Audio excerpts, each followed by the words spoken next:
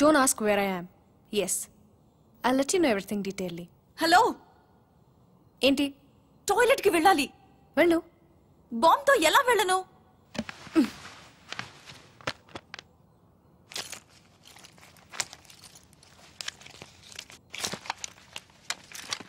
జాగ్రత్త. Be careful. Yeah. Bomb.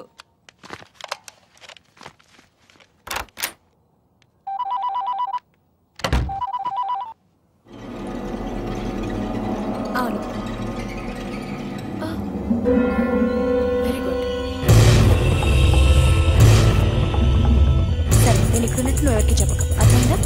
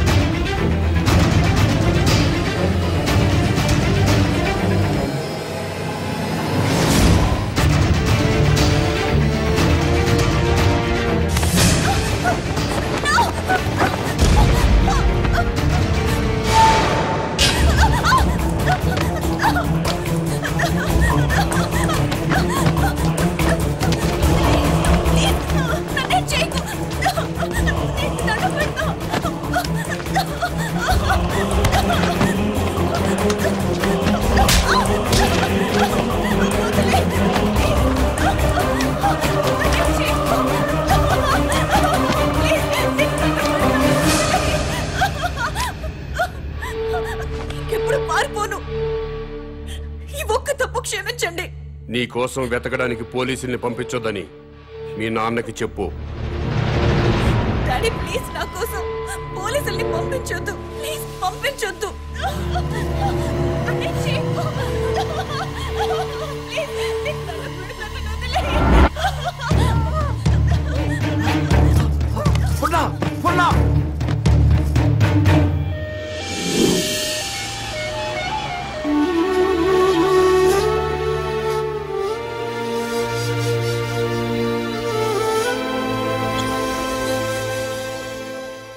వాడి demands ఏమిటో తెలిసిన తర్వాత మూవ్ అవుదాం.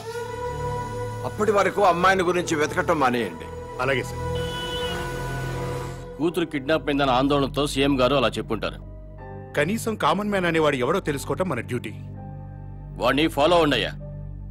ముఖ్యమంత్రి గారమ్మాయి కిడ్నాప్ ఉదంతం రాష్ట్ర రాజకీయాలని కుదిపేస్తోంది.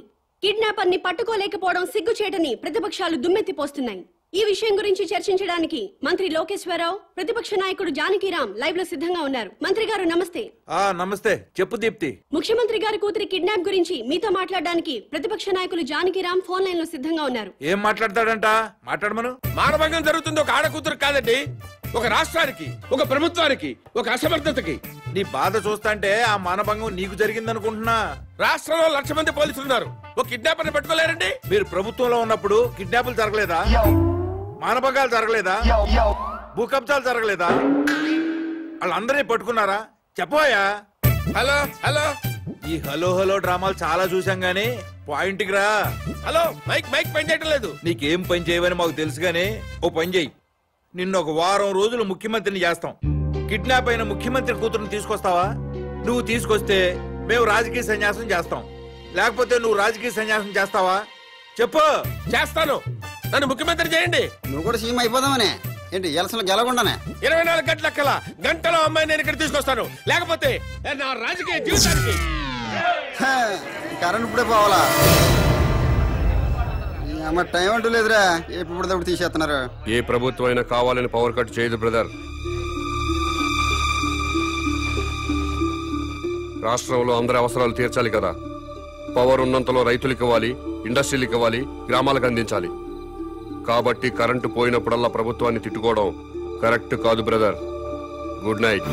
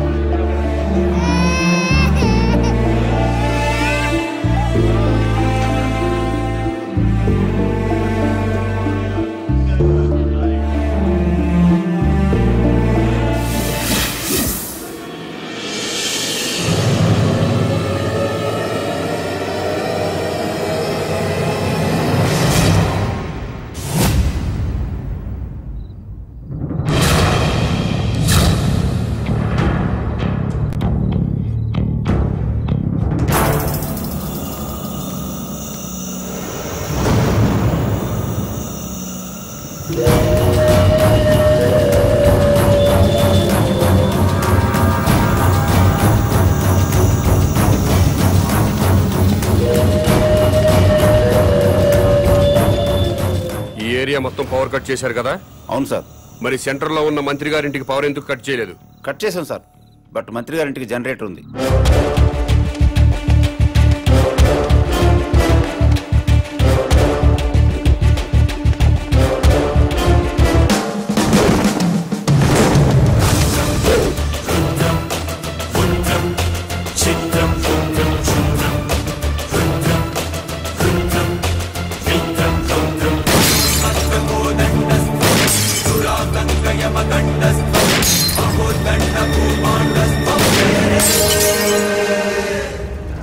ఏమైందయ్యా?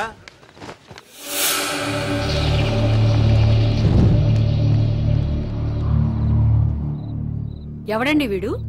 చీఫ్ మినిస్టర్ కూతుర్ని కిడ్నాప్ చేసింది వీడే.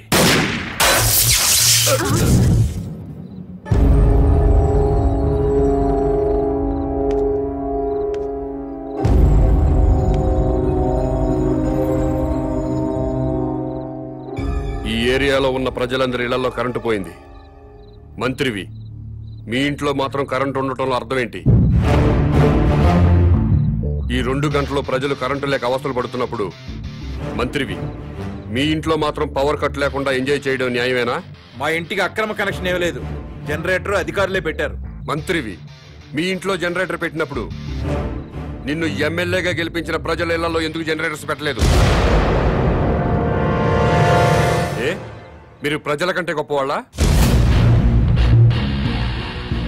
మీరు ఎప్పుడు పడితే అప్పుడు కరెంటు కట్ చేసినా ప్రజలు ప్రభుత్వానికి సహకరిస్తున్నారు.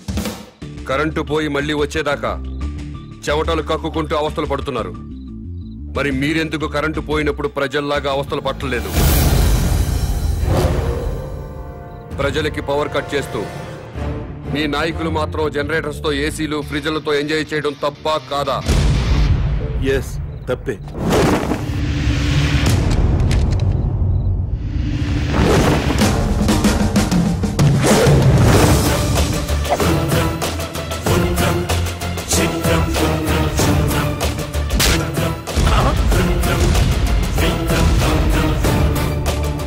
ప్రజల్లా బతకండి, ప్రజల కోసం బతకండి.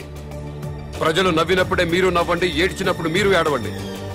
ప్రజలు బాధలు పడుతున్నప్పుడు ఆ బాధలు పంచుకుంటూ సేవ చేసినప్పుడే ప్రజాసేవకి అర్థం సార్.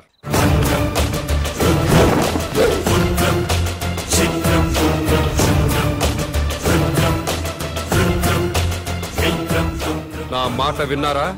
మేరా భారత్ మహాన్. వినలేదా? మేరా బాల్ కి బరాబర్.